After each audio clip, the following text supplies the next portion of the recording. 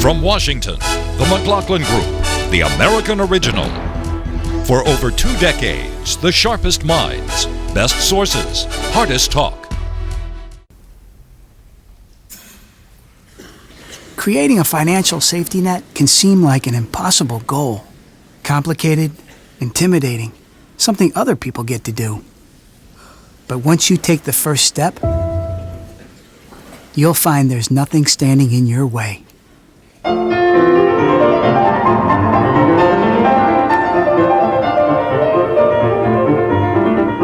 MetLife. I can do this. This is the AT&T Network, a living, breathing intelligence bringing people together to bring new ideas to life. Look, that's so simple. In here, the right minds from inside and outside the company come together to work on an idea, adding to it from the road, improving it in the cloud, all in real time. Good idea. It's the AT&T Network, providing new ways to work together so business works better.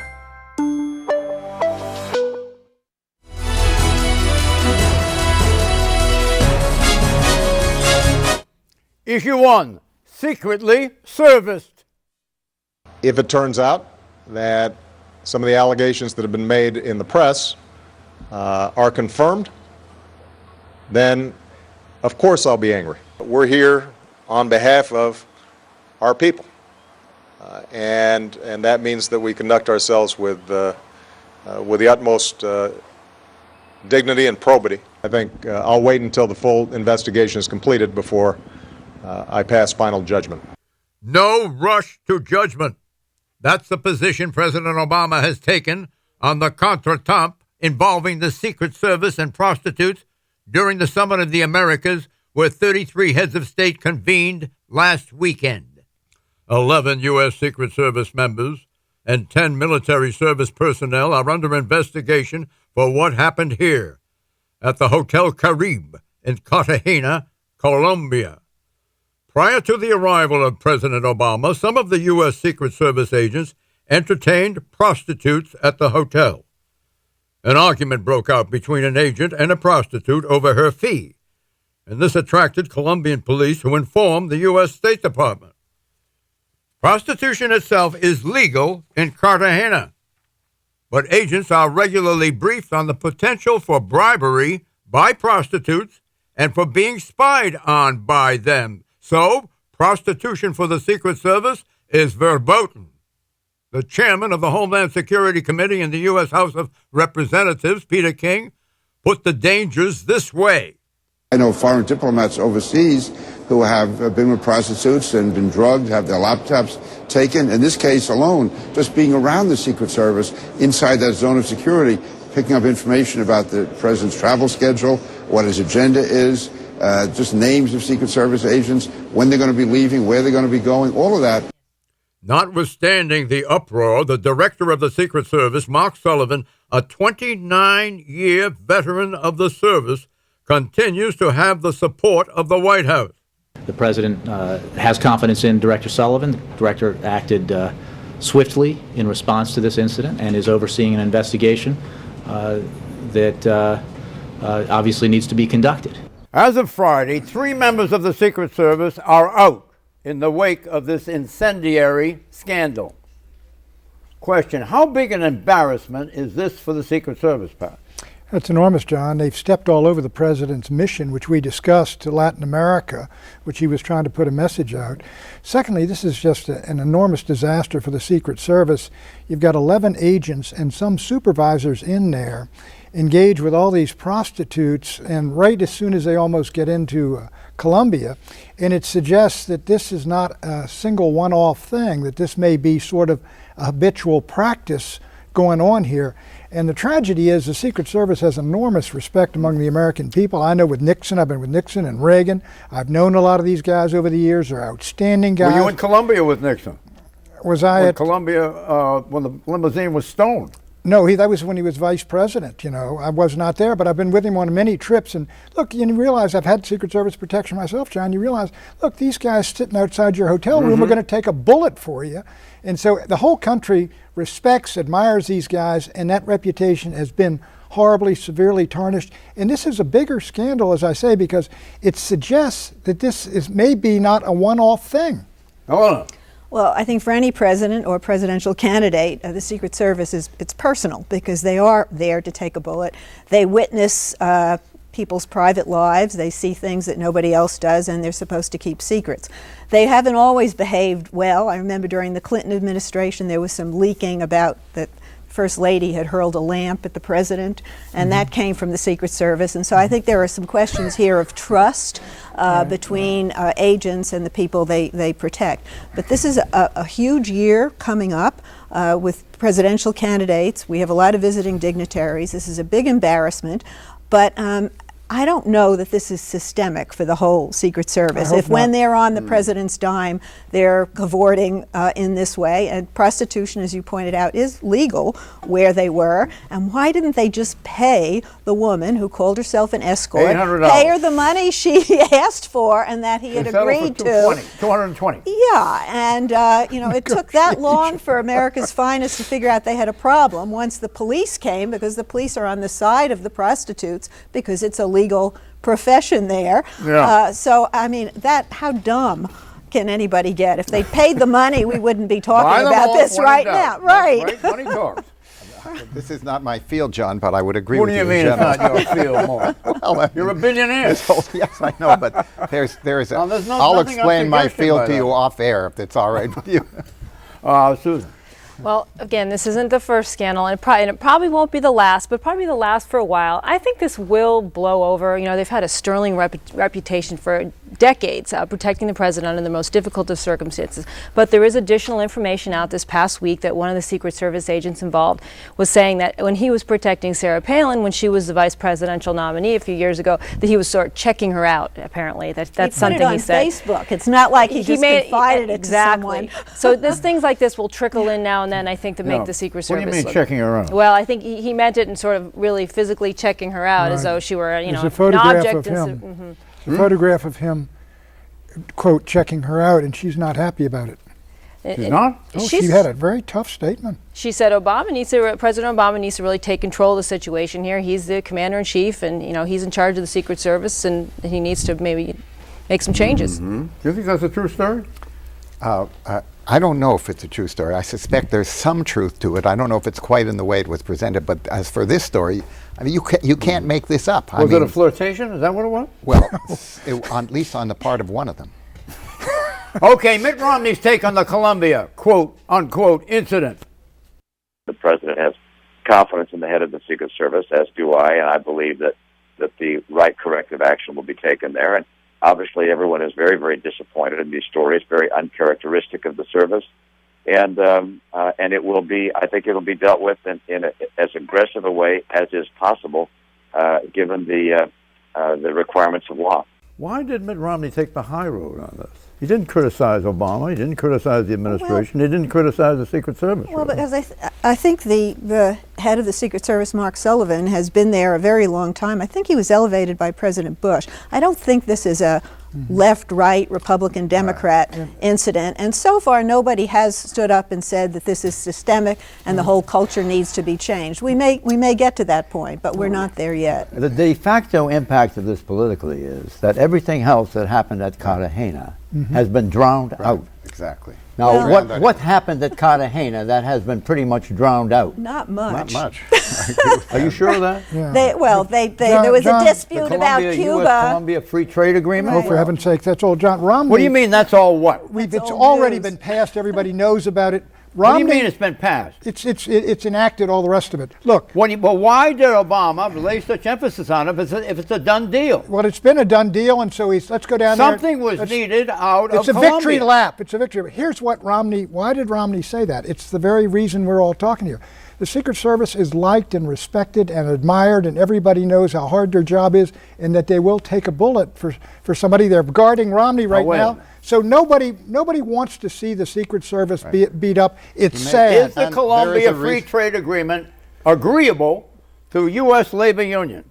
Oh, no, I don't think they don't didn't like it. So the less said about it, the better. If you wanted to cover something. Well, why are you going to Colombia? John, I mean, how far do you want to go in trying to cover something? It is agreeable to the Hispanic community in the United States. It's a part of an outreach on the part of this administration to that part of the world, because it does have repercussions here at home, and it shows how he is committed to the Hispanic But you community. see how the headlines have been dominated by the quote-unquote incident, Well, as, of course, as, it described by as Pat said, it destroyed whatever the president hoped to accomplish with it. It's become, in a sense, a story about the scandal, not a story about anything else. Here's a question on a political probability scale, 0 to 100, Pat. What's the probability that a special prosecutor will be appointed to examine the extent of this misconduct? Right now, 100, Pat. Right now, it's 0.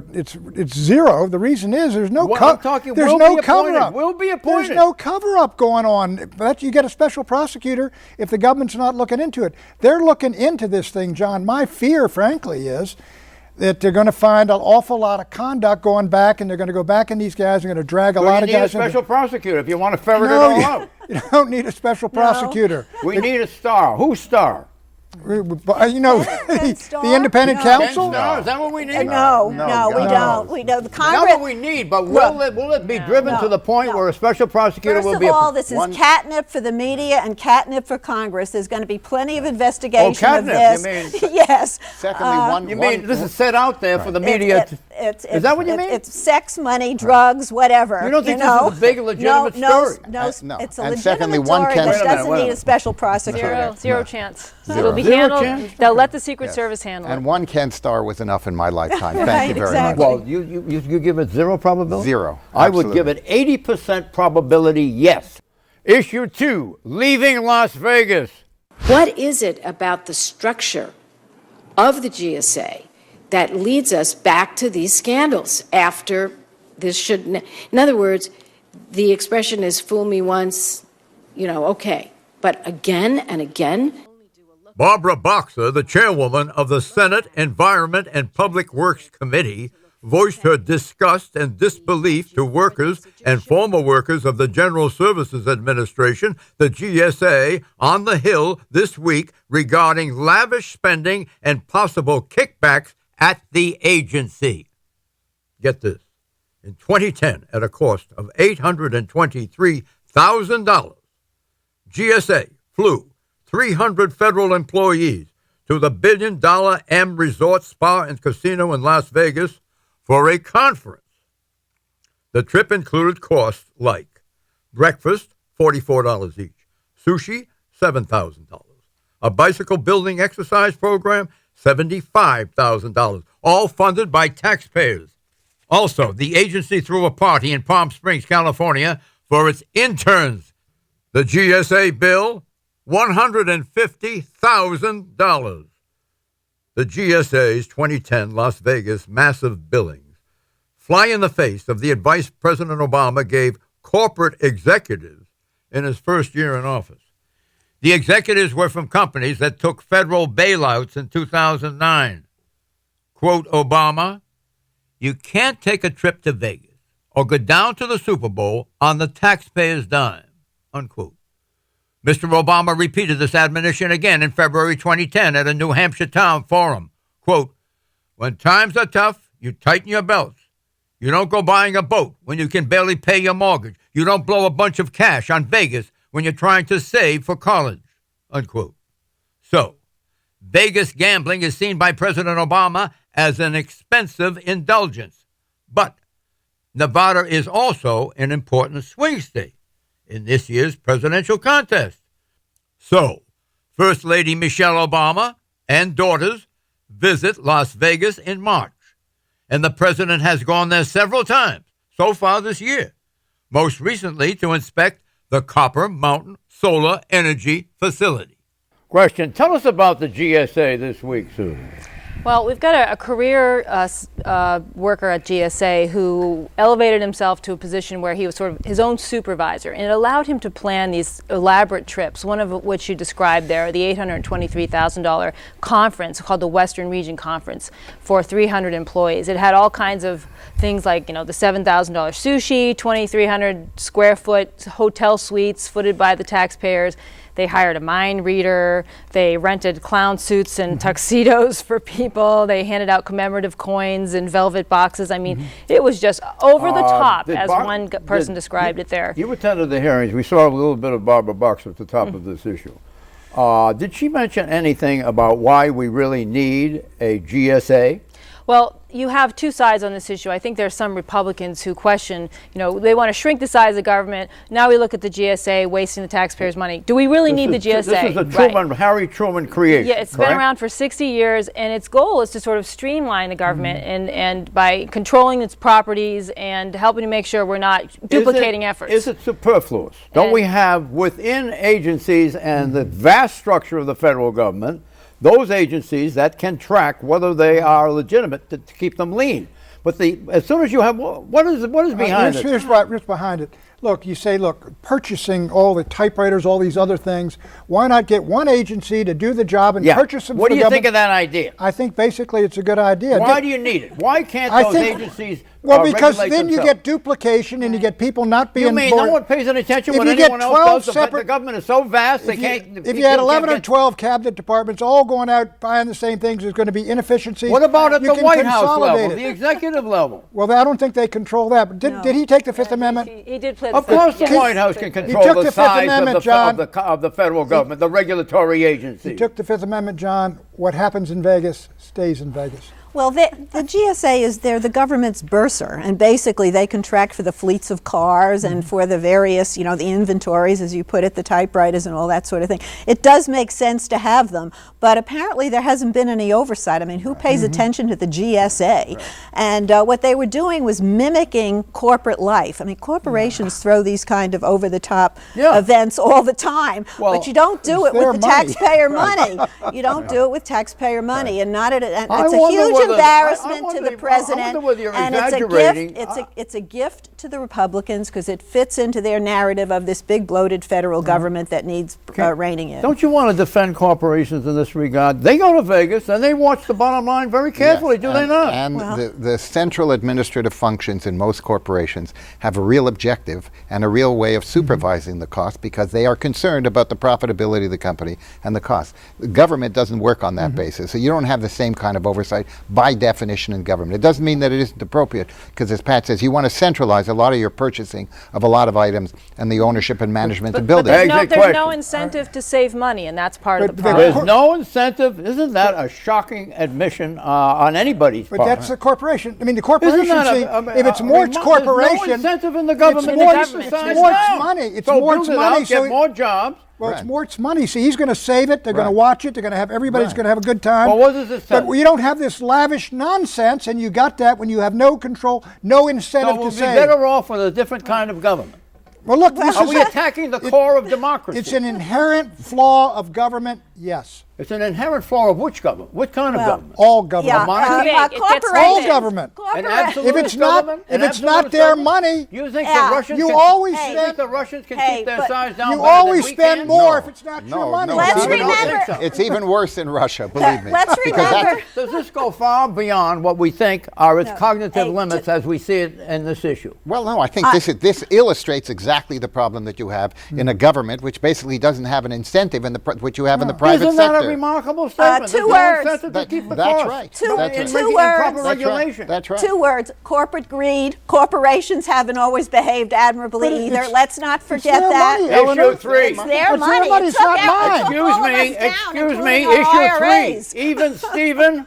President Barack Obama and candidate Mitt Romney are tied 46-46, according to a new CBS New York Times 2012 election poll of registered voters. The poll also shows this. The president has a higher favorability rating than Governor Romney, 42% to Romney's 29%. But he also has a higher unfavorability rating, 45% to 34%. The big issue on the minds of voters is the economy, of course. And how do the candidates rate here? Overall, Obama and Romney share about the same amount of confidence with voters when it comes to making the right decisions about the economy, with the edge to Romney. 55% Romney, 51% Obama. As to the question on whether the policies of the candidate would improve a voter's own financial situation. 28% say Mitt Romney would improve my own financial situation marginally, as compared to 26% Obama. Question, what do these numbers tell you? I ask you, Pat, and be succinct. What they tell us is we've got ourselves a real horse race. It's Romney and Obama, and it's a toss-up almost, in my judgment. Almost. What it tells you is that the economy is the central issue, which we have been saying for some time. And if 2012 economy slows down the way the 2011 economy slows down, Obama is in real trouble. If the economy trickles upward like it has been and continues to improve a little bit, we're going to keep having a horse race. It's going to be a very, very close election. Since I don't believe the economy is going to trickle up, I think Obama's got real problems going into this election year because I think the economy is weak and is going to stay weak, and it's much weaker than the superficial numbers indicate. Inasmuch as the review of the excesses of the Republicans in the run-up so far, I think for Romney to score as high as he did reflects the general opinion, as I see it on this panel, that this is going to be a real horse race and that Obama really has got to put out more favorably than he has been. Absolutely. Issue 4, Discovery retired. The Space Shuttle Discovery made its final voyage on Tuesday, a piggyback jet ride to the Smithsonian National Air and Space Museum Annex in Virginia. Discovery is the fleet leader of NASA's 3 surviving shuttles. After looping around the U.S. Capitol and delighting spectators on the National Mall, the shuttle carrier plane touched down at Washington Dulles International Airport. Former astronaut Stephen Lindsay, the commander of the last Discovery crew, said, quote, "We need to preserve our history for future generations and send these off to museums to remember what we did. All the lessons learned from the shuttle we're using in the design of our space aircraft. We're updating the technologies, but the basic principles are the same. Every program builds on the previous program," unquote. Question. Is the mothballing of Discovery and the mothballing of America's space exploration symbolic of America's decline? No, we're not declining, and this was a moment of history that people wanted to watch. Do you remember it was like the a action? mama whale with the baby on top. It was adorable. Do you remember what your leader, President Barack Obama, did to the space program? He killed it, Eleanor. He trimmed it back, and then Congress dealt the last blow because of budget cutbacks. We can't afford to send men to Mars right now, but I think the R&D continues, and this president sees the possibility. Maybe we can elect Newt Gingrich, who wants to establish a colony on Mars or the moon or wherever he wanted to go. I mean, I admire Gingrich for thinking big. We need to think big, but we don't have the money to implement those big ideas. Did you just hear now. what she did to your survivor, Gingrich? We don't have, that's right, and that's why one of the reasons why he's still in the race, to try to put people on the moon. But I think more seriously, this is the mothballing of the shuttle program with no new program to turn to. I mean, the astronaut you just quoted was talking about the next spacecraft. We have no next spacecraft. There's nothing going to happen unless there's money behind it. There's no money behind it. So right now, we're talking years and years before we can ever send anyone back up there without the help of the Russians. You know, John, when the Challenger blew up, when I was with Ronald Reagan, in his State of the Union speech, which was canceled and moved to the next week, he talked about a space plane. It was going to take off and it would go into space and sort of go around the world and land in a couple of hours and things. I do think the country needs something. But it was unmanned, right, Pat? No, it was manned. It was a space plane. Well, and it was a great idea, but I do think the country needs some uplifting idea. You can remember, maybe you're too young, Mort can remember what it was like when we were losing to the Russians in the 50s and all of a sudden John Glenn went up there and when we went to the moon and won that battle. There's no uplifting thing going on, and I'm all for it. Well, does the end of the manned space program tell us anything about Obama's view of American exceptionalism? Well, first place, I have to explain to Pat, I was in grade school in the 1950s, so I wouldn't know very much about it, but I appreciate your compliment. How long did they keep you back? But look, the point has been made, and it is something that is going to affect us in many walks of life. We simply do not have the money to do a lot of the things we once thought we could and should do as the leading country in the world. We have huge problems in this country. A lot of it is going to have to be resolved, but one of the main ones is to find the money to do it, and we're not addressing that issue at all. And to There's bring a a broad-based sense of decline in the American psyche today. This country is in decline. This symbolizes it. Mothballing the shuttle with nothing new to turn to, where kids can only look at aircraft by going in a museum and not watching it take off on television anymore. That's a real symbol. Does ending the space program involve a loss of national prestige? I disagree. We need the Russians to get to space now. Chinese are headed for the moon. What about the billions of dollars saved without NASA's program? It wasn't all that expensive. Chinese are headed for the moon. They're going to be sending astronauts up there. Excellent point. Predictions, Pat. In the George Zimmerman, Trayvon Martin episode, I don't think George Zimmerman's going to be convicted of second-degree murder at all. And I have my doubts they're even going to convict him of manslaughter. They found all that blood on the back of his head in the latest picture, John. Interesting. Eleanor? French President Sarkozy will make it into the runoff this weekend, but will not survive face-off with the moderate socialist candidate. He will lose. You know, I predicted that about 10 weeks ago, Eleanor. Okay. I guess I stole it from you. Susan? I think we should talk about Newt Gingrich. He's been sort of lurking in the background for as a candidate who's not going anywhere, but I predict he's going to stick around for a few more weeks and try to still get something out of this race. He's a candidate that no one's talking about, but he's still a candidate. Egypt imports 50% of its food. They have enough money for about 2 to 3 months in their foreign exchange camp, and at that point they're going to be faced with starvation or it's going to require a massive foreign aid program to help them out. I predict that the current outbreak of scandals will continue to dominate headlines, hurting President Obama's ratings more than Mitt Romney's, causing President Obama's favorability rating to sink below Romney's. Bye-bye. That's right.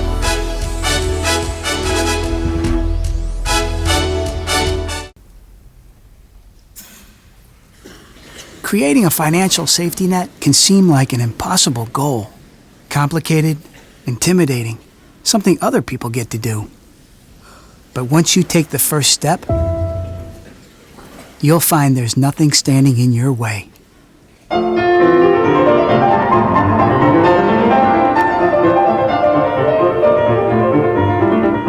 MetLife. I can do this. This is the AT&T Network, a living, breathing intelligence bringing people together to bring new ideas to life. Look, it's so simple. In here, the right minds from inside and outside the company come together to work on an idea, adding to it from the road, improving it in the cloud, all in real time. Good idea. It's the AT&T Network, providing new ways to work together so business works better.